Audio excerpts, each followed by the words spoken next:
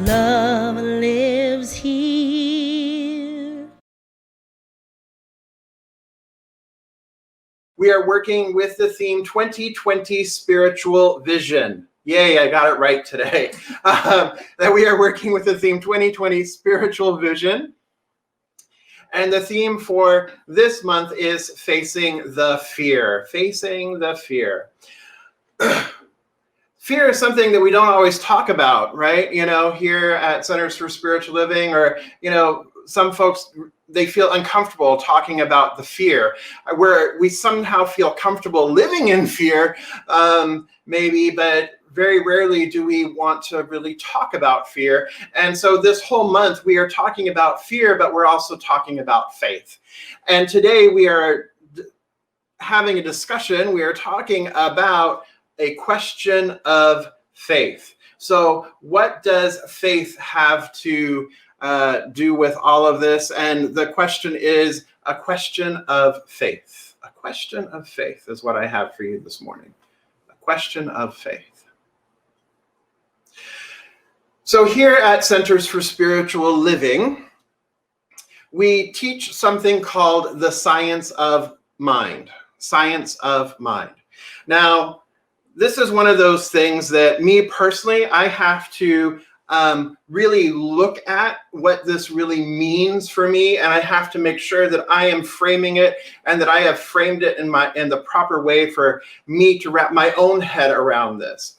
So, science of mind, if we look at those words together, and we look at those words individually, a science is a systematic study of something that includes the laws of operation, or general laws of operating laws.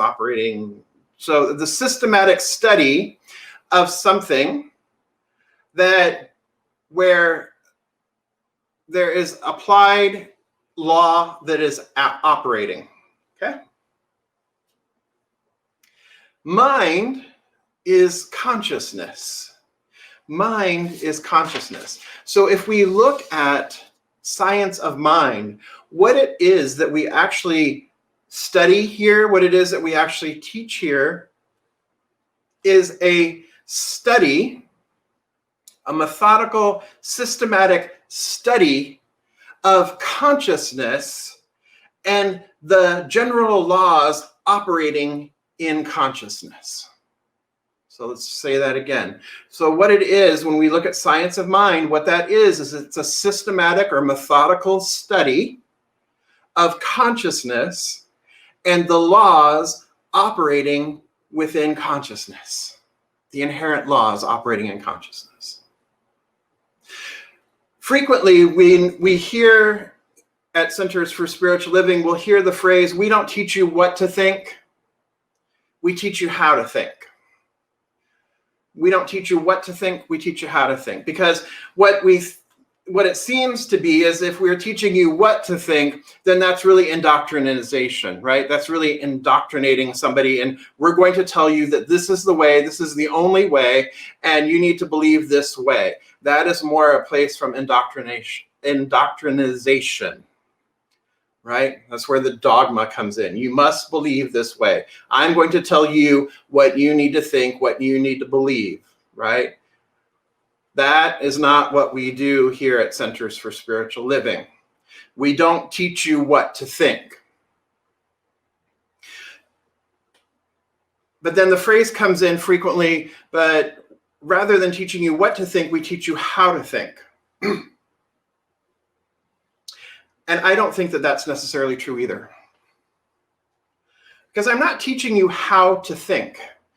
That is really quite presumptuous. What I think that we do here at Centers for Spiritual Living, as I've been contemplating this, what I think that we do is we invite inquiry. We invite possibility. We embolden people to live their highest potential. But the way that we do that is through inquiry.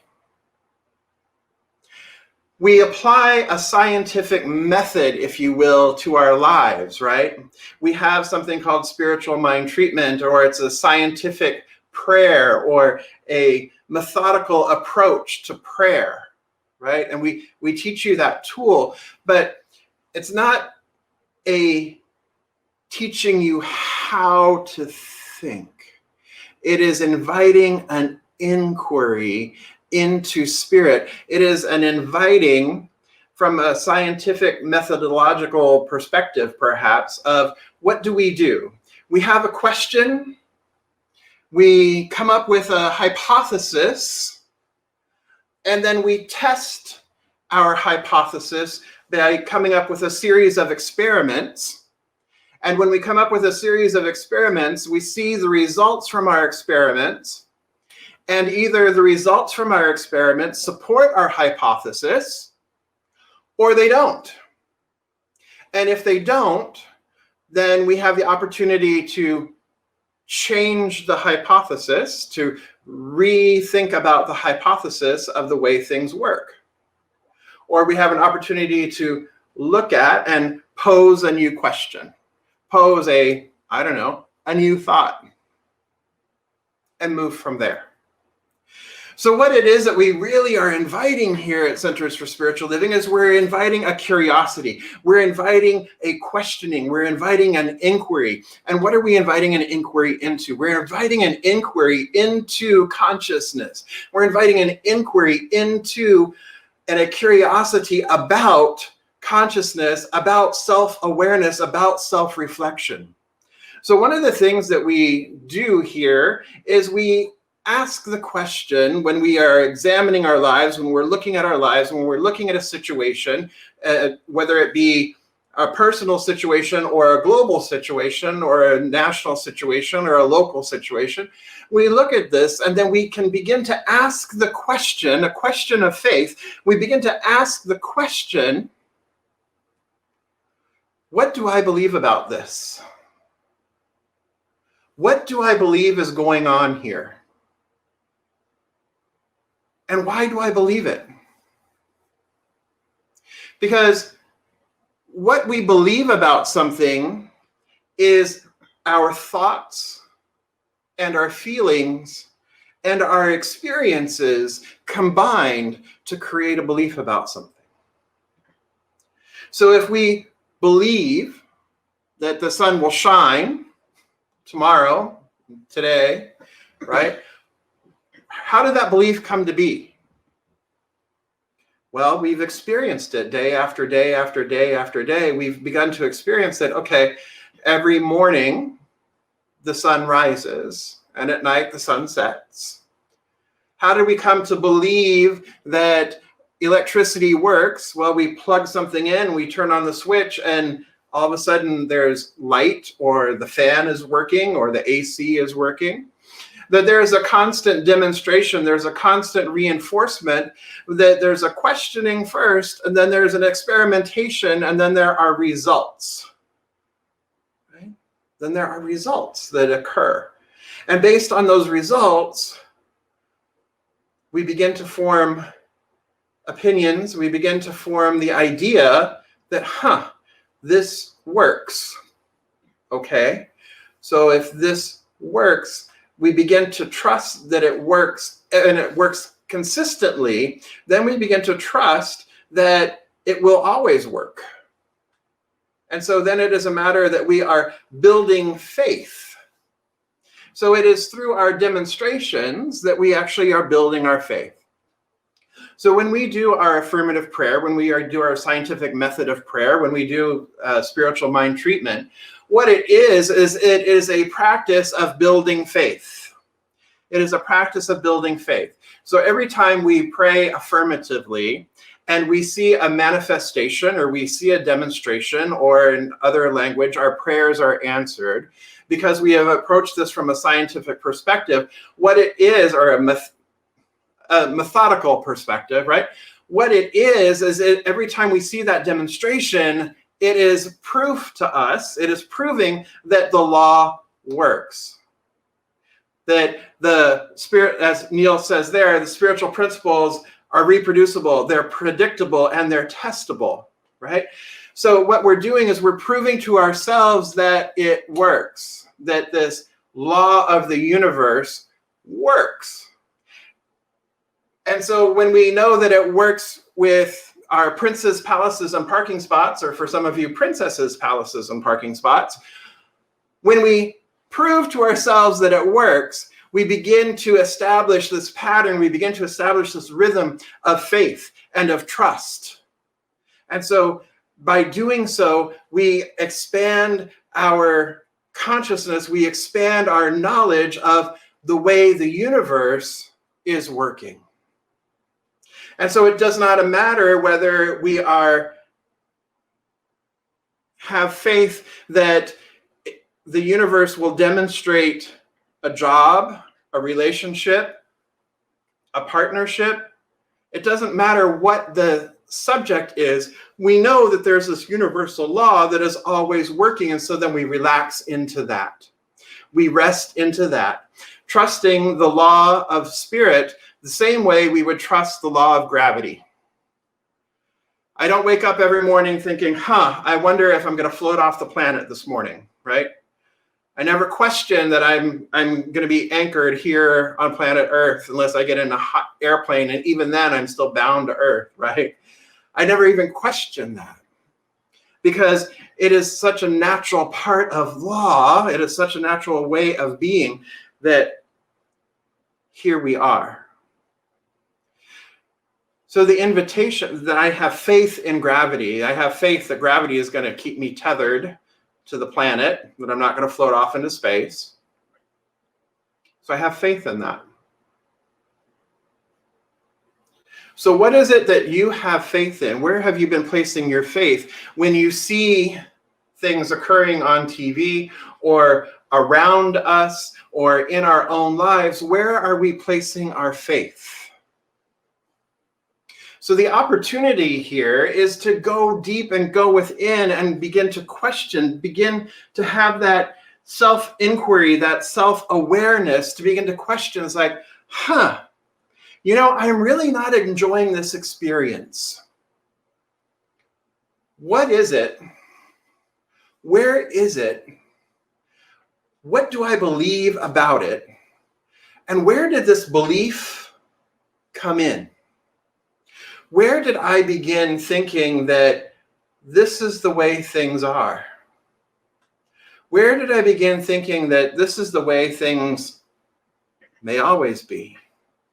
Where did I begin thinking? What experiences have I had that have proved this true to this point? What feelings did I have that combined with my thoughts and combined with my experiences have led me to actually have a faith in lack, scarcity, not enoughness, that led me to have a faith in fear, doubt, worry?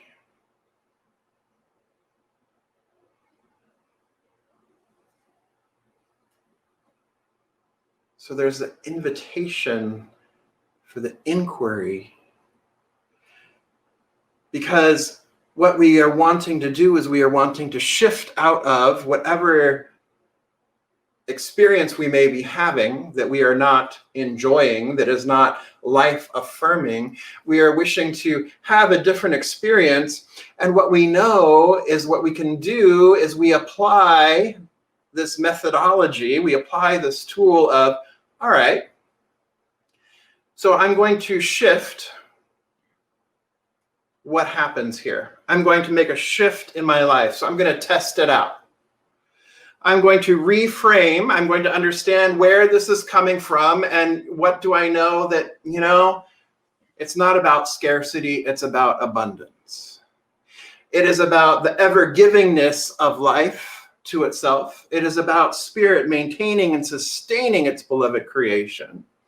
That this is the truth that I know, or this is the hypothesis that I'm going to come up with, that actually this is the truth, because I don't know if it's truth with a capital T yet, because I haven't yet tested it out for myself.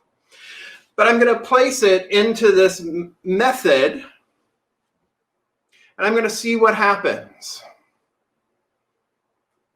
I'm going to affirm prosperity. I'm going to affirm abundance. I'm going to affirm the ever-givingness of life. I'm going to affirm that nothing is ever withheld.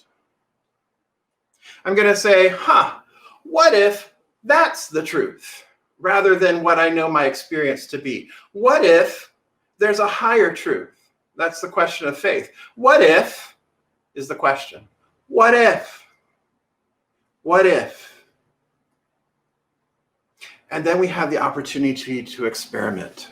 We have the opportunity to see by following this train of thought, by following this hypothesis, by questioning it and experimenting with it, then we have the opportunity to see the demonstration of it. And as we demonstrate it, as it's demonstrated, as things manifest, as things begin to change, we see a shift. We experience a shift. It's like, all right, that worked this time. Let's do it again. And again, and again, and again. So this method that we use here to change our own lives, this method of inquiry that we use, can also be used to shift the consciousness, to shift the larger in our community, in our city, in our nation, and in our world. Because we can apply the same question. So how is it that things got to be this way? What beliefs do we hold collectively as a people based on our thoughts, our feelings, and our experiences? What beliefs do we hold as a society that then have resulted in what we are experiencing collectively? And if we want to shift what we are experiencing collectively, then the process is the same. We have the opportunity to inquire, to form the hypothesis that there is another way, that we do not buy into that idea of it's always been this way, so it's just the way it is, I can't do anything about it, because we know that we can. And it starts by being curious and expressing the curiosity and saying, what if our country lived up to its highest ideals? What if? What might that look like? What might our society look like? What might that look like for me as a person? What might that look like for my family? What might that look like for my friends? What might that look like for my community? What might that look like? So we can we can work from that place of the what if? What if? And so that expands our idea of what is possible, expands the idea of possibility. And we turn our attention there rather than turning our attention to the fears that may be lingering or that we may be experiencing. Because by continuously placing our faith in the fear, we're perpetuating that. We can't break free from the fear if we're placing our faith in the fear. If we are constantly saying that, yes, this reaffirms that, yes, this reaffirms that, yes, that reaffirms this, yes, that reaffirms this. So we have the opportunity here to inquire, to be curious, to open to a different possibility for our lives individually and collectively. And we do so through question, through inquiry. And as we begin to see things shift and change, Our faith is no longer placed in fear. Our faith is then placed in possibility. Our faith is placed in hope. Our faith is placed in love. Our faith is placed in oneness. Our faith is placed in unity. Our faith is placed in wholeness. Our faith is placed in the high ideal. Our faith is placed in each one living their highest potential. Because together we demonstrate again and again and again that this works. Principle is not bound by precedent. Just because something was doesn't mean it has to be. Doesn't mean that it always has to be. The world of effect, the realm of effect which we are all living in, the realm of effect comes to pass. Everything in it comes to pass, meaning that it comes to pass. Nothing is permanent in this physical realm. It's the temporal realm. It is all temporary. So just because there's something that happened in the past doesn't mean that it has to be perpetuated now, does not have to mean that it's perpetuated into the future, because the principle itself is not bound by precedent. But we have to be open. We have to be curious. We have to allow. We have to question. It's a question of faith. So what is it that you are questioning today? What is it that you are willing to look at today? What is it that you are willing to change today? Or what is it, not even necessarily that you're willing to change, what is it that you're curious about today? What is your what if today? Your what if? What if?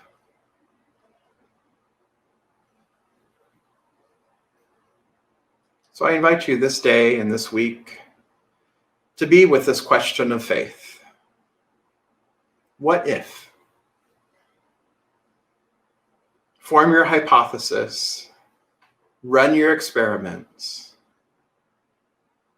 analyze the results, and then ask again, what if? Form your hypothesis, run your experiment, analyze the results.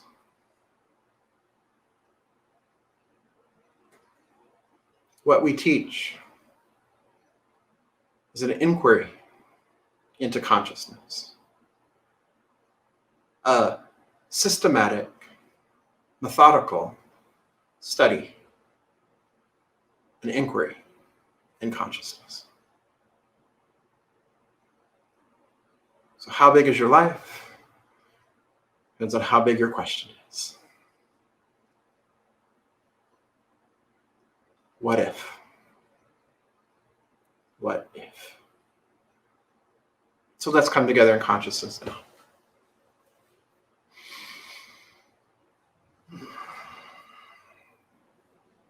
And resting into this magnificent field of consciousness, the glorious, the one, the magnificent, the all in, all as all. I recognize here and now that there simply is just this one power, just this one presence. And it lives, moves, breathes, and has its being in, through, and as all of creation. It is consciousness itself that has brought forth manifest form. It is the order that places the stars in the sky. It is that same order that functions through and as the physical being on planet Earth. It is the peace that passes all understanding. The peace, the stillness that is at the very center of all of creation. And it is all of creation bursting forth, emanating from this still point. It is the beauty of the heavens. It is the beauty of the planets. It is the beauty of life itself. And it all unfolds under a divine wisdom, the wisdom of itself. The law of itself. The law that is immutable, that never changes, that always is. And it is the isness, the allness and the fullness. It is the totality. And in recognizing this, I recognize that I am that. That the totality of my being, because there is only one life, because God is all there is, spirit is all there is, consciousness is all there is, then the who of who I am has to be that as well. There is nothing else for me to be. Therefore, I am the divine wisdom, I am the divine power, I am the divine presence, I am the divine peace, I am the divine order and harmony.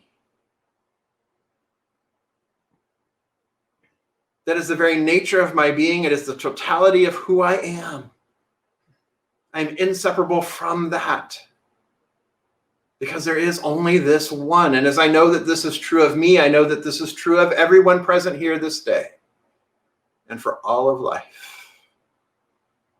Each is a divine manifestation, impartation, and emanation of this one life. This one perfect, whole expression. And so I speak my word here this day for this beloved community, Riverside Center for Spiritual Living. For each one present and all of life. I open to the curiosity. I allow myself to inquire, to be still, to go within and listen to the divine wisdom that is inherent within me and make inquiry there. Spirit, what would you have me know this day? Spirit, I know that there is something greater here this day.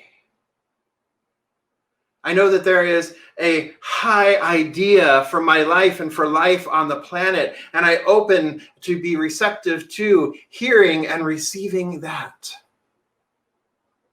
And I align myself with it.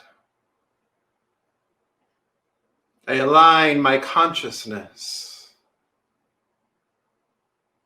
I place my faith and my trust in the law that always says yes.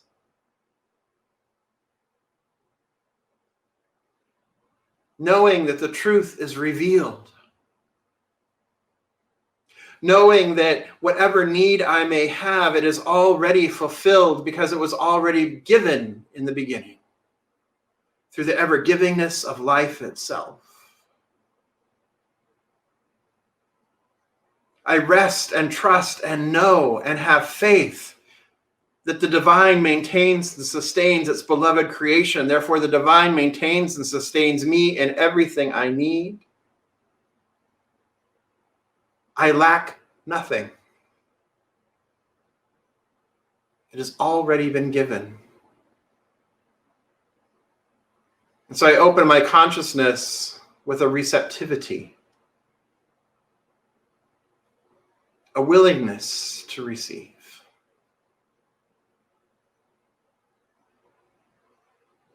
And because I know that there is just this one, I know that I never walk alone. Sometimes I may stumble, I may falter, I may get caught in appearances of fear. And I bring myself back, remembering who I am, remembering that I walk with spirit as spirit, that I am never, ever alone, I am never, ever separate from. Therefore, I trust and know the wholeness and the perfection. I trust the love and the law. Having complete faith in it, I give thanks for the demonstration. I give thanks for the strength and conviction and knowing that I know, that I know, that I know. And I release this word, absolutely positive that it is already done, that I need do nothing, that Spirit has got this, because Spirit is this and all that is. I let it be, and so it is.